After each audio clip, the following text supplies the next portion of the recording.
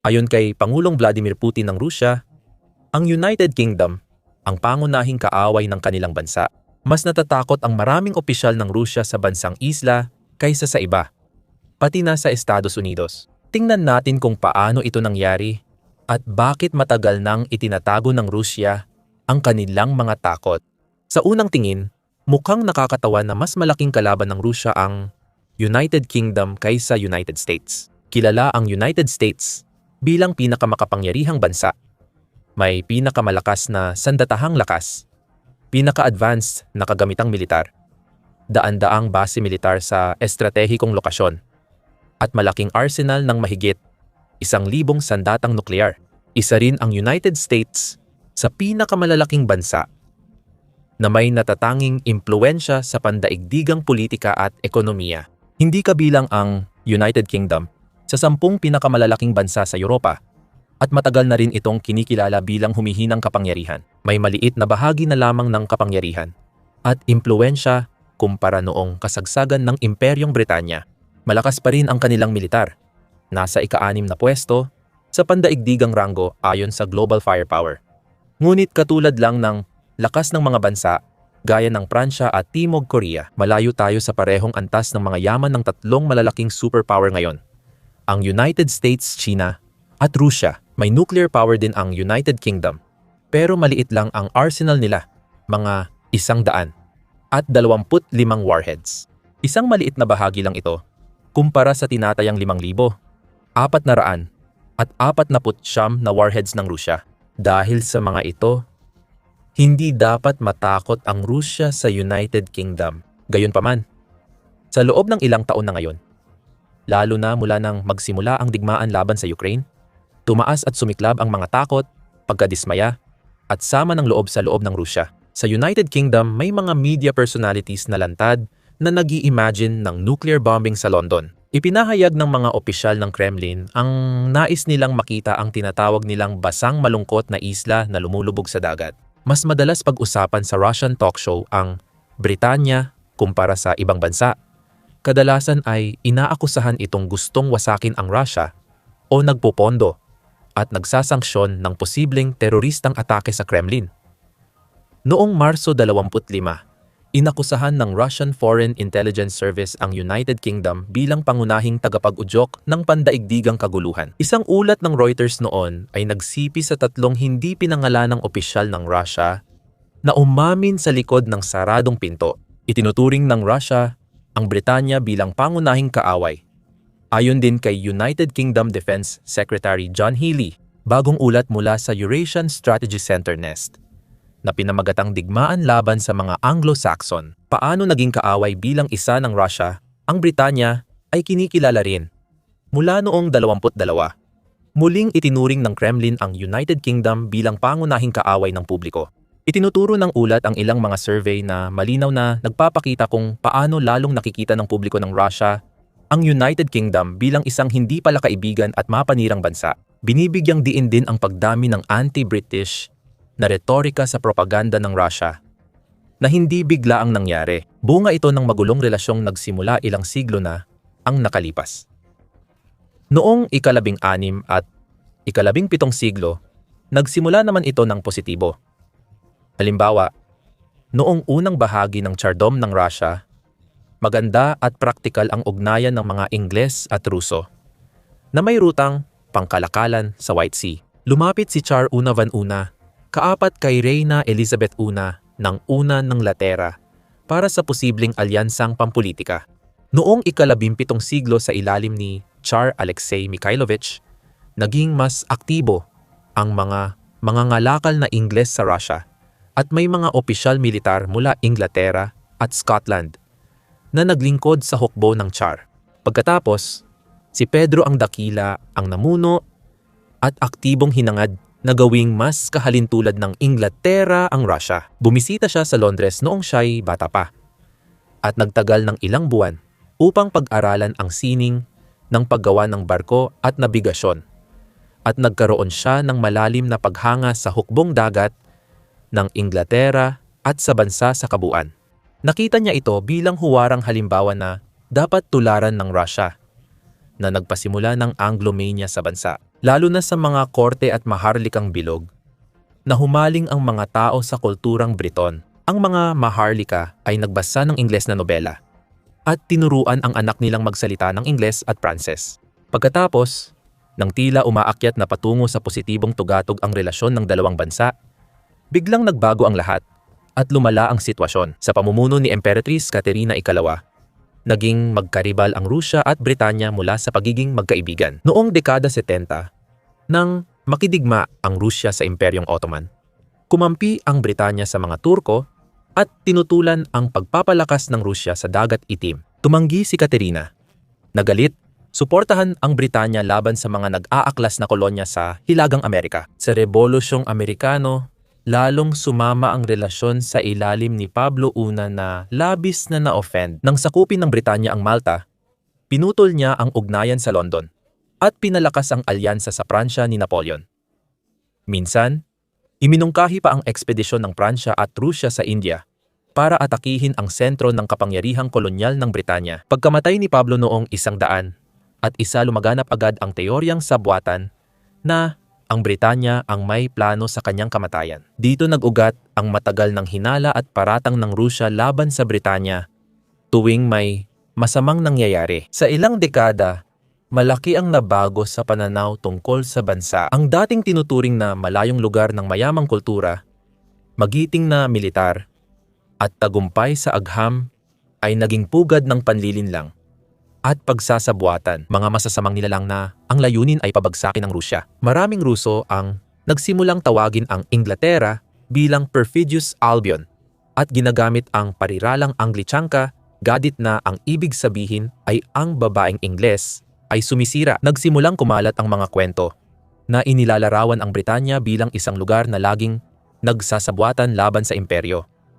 Mula noon, sa buong ika-11 na siglo at lampas pa, paulit-ulit na itinutok ng mga pahayagan, politiko at opisyal ng Rusya ang kanilang pansin sa Britanya sa lahat ng bagay at anumang issue. Kapag mahina ang ani, sinisisi ang Britanya sa panghihimasok sa merkado ng butil. Kung may bulong-bulungan ng pag-aaklas, Britanya rin ang tinuturong may kagagawan. Gayon din sa ibang usapin. Kahit karamihan dito'y kasinungalingan, nakatulong itong buuin ang kwento na Perfidious Albion ang sanhi ng mga problema ng Rusya. Nangyari ang sukdulan nito noong digmaang Crimean, kalagitnaan ng ika-11 na siglo mula 1853 hanggang 1856. Inaasahan ng Rusya na maging neutral o kaalyado ang Britanya sa digmaan. Sa halip, kumampi ang nagkakaisang kaharian sa Pransya, Imperyong Ottoman, at kaharian ng Sardinia. Lumaban sa imperialistang pagpapalawak ng Rusya at pinangunahan ang mabagsik na pag-atake sa Sevastopol, Crimea. Sa mga sumunod na taon, madalas ilarawan ng mga general, iskolar at artista ng Rusya ang nagkakaisang kaharian bilang taksil at parang ahas na laging nagtatago sa anino. Pinalalawak nito ang impluensya sa Europa at Asya at nakikialam sa hindi dapat. Kahit bumagsak ang Imperyong Ruso at lumitaw ang Unyong Soviet, halos pareho pa rin ang pananaw ng mga tao. Nang magtalumpati si Winston Churchill, ang maalamat na punong ministro ng Britanya, tungkol sa Iron Curtain, halimbawa, ininterpret ng mga pinunong Soviet ang kanyang mga salita bilang deklarasyon ng ideolohikal na digmaan. Pagkatapos, ipininta ng media ng Soviet si Churchill bilang masama at tagapag-udyok ng digmaan. Madalas makita sa mga pambansang pahayagan ang mga karikaturang nagpapakita sa Britanya bilang leyon na ginagatungan ng Amerika at nangingibabaw sa Europa. Sa pag-usad ng Cold War, unti-unting naging pangunahing kaaway ng Russia sa publiko ang United States kapalit ng Britanya. Nagsimulang lumamig ang relasyon ng Russia at United Kingdom sa dulo ng ika-20 siglo. Sa kabila ng kanilang pagkakaibang ideolohiya, kilala si punong ministro ng Britanya na si Margaret Thatcher at pinuno ng Soviet Union na si Mikhail Gorbachev sa kanilang malaking respeto at paghanga sa isa't isa. Pero nanatili ang kawalan ng tiwala sa pagitan ng dalawang bansa. Kaya muling lumala ang sitwasyon. Noong maagang 2000s, nagalit si Vladimir Putin noong 2003 nang tumanggi ang United Kingdom na ipa-deport si Boris Berezovsky isang malaking kaaway niya, matapos niyang maging presidente ng Russia noong 2000. Lalo pang nabahala ang Britanya sa mabilis na paghihigpit ng demokratikong kalayaan sa Russia. Kaya tumugon ang Moscow sa pamamagitan ng mahigpit na regulasyon sa mga negosyong British tulad ng British Petroleum at Shell. Pagkatapos, noong 2006, isa na namang malaking insidente ang nangyari. Si Alexander Litvinenko, isang dating opisyal ng KGB at matinding kritiko ng Kremlin, ay nilason gamit ang polonium sa gitna ng London. Matapos lamang siyang pagkalooban ng pagkamamamayang British. Hindi nagtagal bago napagdugtong-dugtong ng mga eksperto at ahensya ng intelihensya ang mga pangyayari. Halos tiyak na Federal Security Service ng Russia ang may kagagawan at posibleng si Putin ang nag-utos sa pagpatay kay Litvinenko. Hindi agad naglabas ng konklusyon ang Britanya, lalo na sa publiko. Nagpakita ito ng pasensya. Pinaalis ang ilang intelligence officers sa Russian Embassy at pinutol ang ugnayan sa Federal Security Service habang inanunsyo ang dekadang investigasyon sa insidente. Nagtapos ito noong 2000 at 16 sa huling ulat na malinaw na nagsabi ng matagal ng hinala ng marami. Malaki ang posibilidad na sina Putin at Federal Security Service Director Nikolai Patrushev ang nag-aproba ng pagpatay. Makalipas ang ilang taon, naulit ang kasaysayan noong 2018 si Sergei Skripal, dating Russian Military Intelligence Officer na naging double agent para sa United Kingdom, at anak niyang si Yulia ay nilason gamit ang Russian-made Novichok nerve agent. Muli, nangyari ito sa teritoryo ng Britanya. Ngunit ngayon, ayaw na ng Britanya ng laro o matagal na investigasyon. Walang pag-aatubili, pinalayas nila ang 3 staff ng Embahada ng Russia matapos ang pag-atake at inakusahan ang mga ahente ng militar at intelihensya ng Russia sa tangkang pagpatay kay Skripal.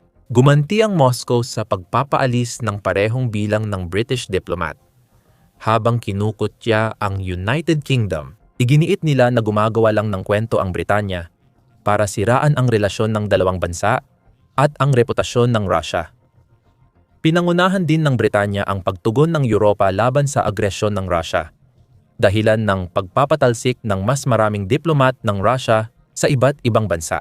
Nangyari ito ilang taon matapos magsimula ang unang termino ni Pangulong Donald Trump. Panahon iyon na nakikita si Trump na tila malapit kay Putin at sinusubukang palakasin ang ugnayan ng United States at Russia. At ito, marahil higit pa sa anumang nangyari kamakailan, ang naging dahilan kung bakit unti-unting nabawi ng United Kingdom ang pagiging pangunahing kaaway ng Russia. Habang ang United States ay nagpapadala ng magkahalong mensahe, ang United Kingdom naman ay matatag at determinado. Hindi ito naghintay sa iba o nag-aksaya ng oras sa diplomasya.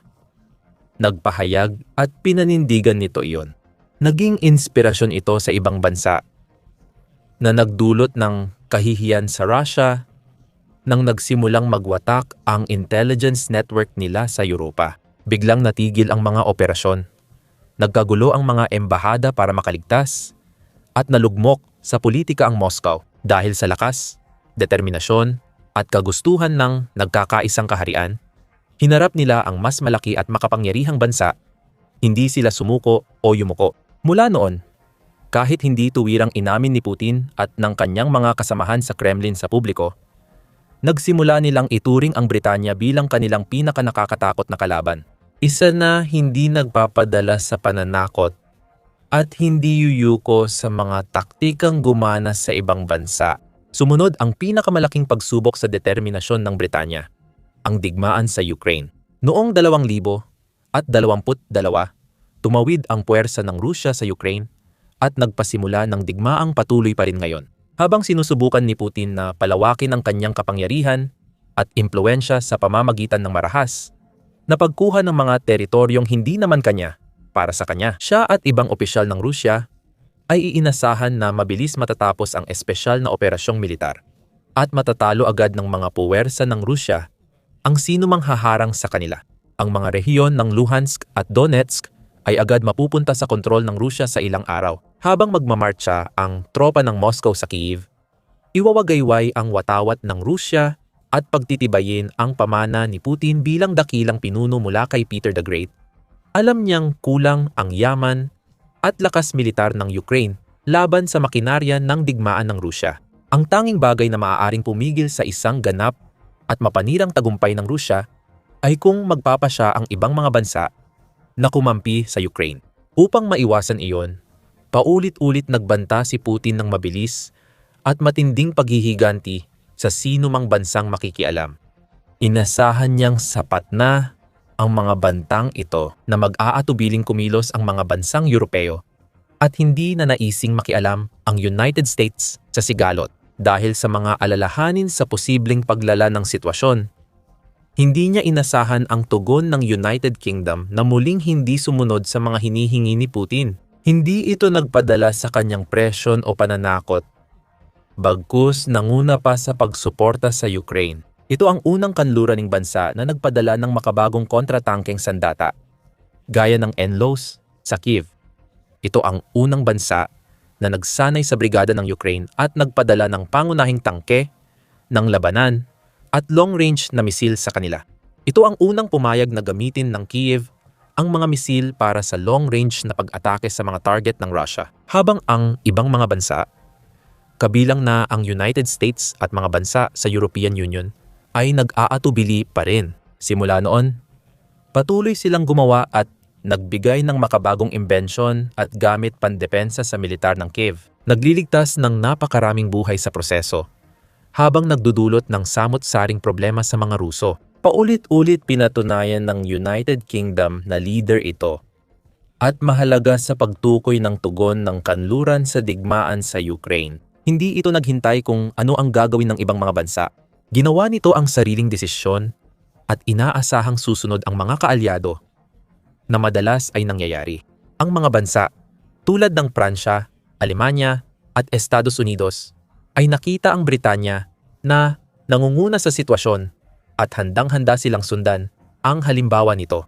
Samantala, maingat na binabantayan ng Rusya ang sitwasyon at lumalala ang galit nito sa nagkakaisang kaharian. Sa simula ng digmaan, sinisi ng Kremlin si Boris Johnson, dating punong ministro ng United Kingdom, sa umano'y pagpigil sa Ukraine na tanggapin ang kasunduang pangkapayapaan. Matapos magtungo si Johnson sa Kiev upang makipagkita kay Pangulong Volodymyr Zelensky ng Ukraine, kapwa itinanggi nina Johnson at Zelensky ang salaysay ng Rusya. Ngunit maliit lang ang ibig sabihin niyon para sa Kremlin, na patuloy pa ring itinutulak ang ideya na ang Britanya ang dapat sisihin kung bakit nagpapatuloy pa rin ang digmaan. Binibigyang diin nito na sinuportahan ng United Kingdom ang Ukraine at binigyan ng armas ang hukbo ng Kiev para lumaban. Ginamit din nito ang impluensya sa Europa at Hilagang Amerika para kontrolin ang tugon ng kanluran. Mula sa mga parusa hanggang sa pagpapadala ng mga misil, at kahit nakilala ang Kremlin sa pagsisinungaling at paglikha ng mga kwento na naaayon sa kanilang layunin, marami talagang ebidensya na sumusuporta sa partikular na teoryang ito. Madalas nating nakita nitong mga taon na ang United Kingdom ay nagbibigay ng higit sa inaasahan na suporta sa Ukraine at nagiging halimbawa sa ibang bansa at ginawang isang nakakahiya, mapaminsala at napakamahal na digmaan para sa Russia ang dapat sanay mabilis at simpleng espesyal na operasyong militar. Nagdulot ito ng pinsala sa ekonomiya. Bumaba ang reputasyon nila sa mundo at higit 1 milyong sundalo ang napatay o nasugatan. Habang maraming bansa ang may papel sa digmaan, itinuturing na ngayon ng Russia ang Britanya bilang pangunahing tagapag-udyok at utak ng kanluraning makinarya na pumipigil sa pag-angkin nila ng Ukraine at pagsira sa NATO. At marahil ang pinakakahanga-hanga sa lahat, nagawa ng United Kingdom ang lahat ng ito sa kung anong paraan. Kahit hindi ito ang pinakamalaking bansa, pinakamalakas na militar, o kasing taas ng pandaigdigang katayuan noong kolonyalismo, marahil ito ang lubos na kinagagalit ni Putin habang pinagmamasdan niya ang maliit na islang ito, ang traidor na Albion, na mas maliit sa kanyang bansa. Pero epektibo pa rin siyang nahadlangan at naabala ang mga plano niya ng paulit-ulit, hindi sa pamamagitan ng lakas militar, kundi sa pamamagitan ng impluensyang politikal, malawak na mga network ng intelihensya at makalumang tapang ng mga Briton. Hindi alam ni Putin paano pipigilan ito. Maaari niyang gamitin ang militar at ekonomiya ng bansa para takutin at i-blackmail ang iba. Magagamit niya ang impluensya sa mga bansa sa gitnang Asya at dating Soviet republics na matagal nang umaasa sa Russia. Maaari niyang palawakin ang kanyang impluensya sa buong Africa at papuntang Asya o guluhin at subukan ang mga estado ng Baltic at mga miyembro ng European Union. Alam niyang mabagal at nagdadalawang isip silang magdesisyon o gumanti. Pwede niyang gamitin ang matagal na niyang relasyon kay Pangulong Donald Trump para pigilan ang Amerika na makialam sa kanyang plano. Kahit anong pananakot o klasikong taktika ng Kremlin, mukhang hindi ito epektibo sa United Kingdom. Patuloy itong tumatayo sa kabila ng mga banta ng Russia upang buong pusong suportahan ang Ukraine at hikayatin ang ibang mga bansa na pagbutihin pa ang kanilang ginagawa. Laging minamaliit at pinagtatawanan ang mga banta ni Putin. Hanggat na patuloy nitong ginagawa iyon, mananatiling pinakamalaki at pinakamatinding tinik sa tagiliran ng Russia ang United Kingdom at maaring maging mahalaga sa pagpapanatili ng NATO at pagpigil sa pagsakop sa Ukraine. Ngayon, maaari mong malaman pa kung paano tinutulungan ng United Kingdom ang Ukraine sa video na ito, na tumatalakay sa mga plano ng bansa na gumawa ng susunod na henerasyon ng ballistic missile na kayang burahin ang mga target ng Russia sa mapa nang hindi ka panipaniwala ang bisa. O, kung gusto mo ng mas malawak na pananaw tungkol sa kalagayan ng digmaan ngayon, panoorin mo ang pagsusuring ito na naglilista ng mga palatandaan na maaaring matalo ang Russia at bumagsak ang rehimen ni Putin. Para sa iba pang balita at pagsusuri sa militar, huwag palampasin. Mag-subscribe na sa aming channel ngayon.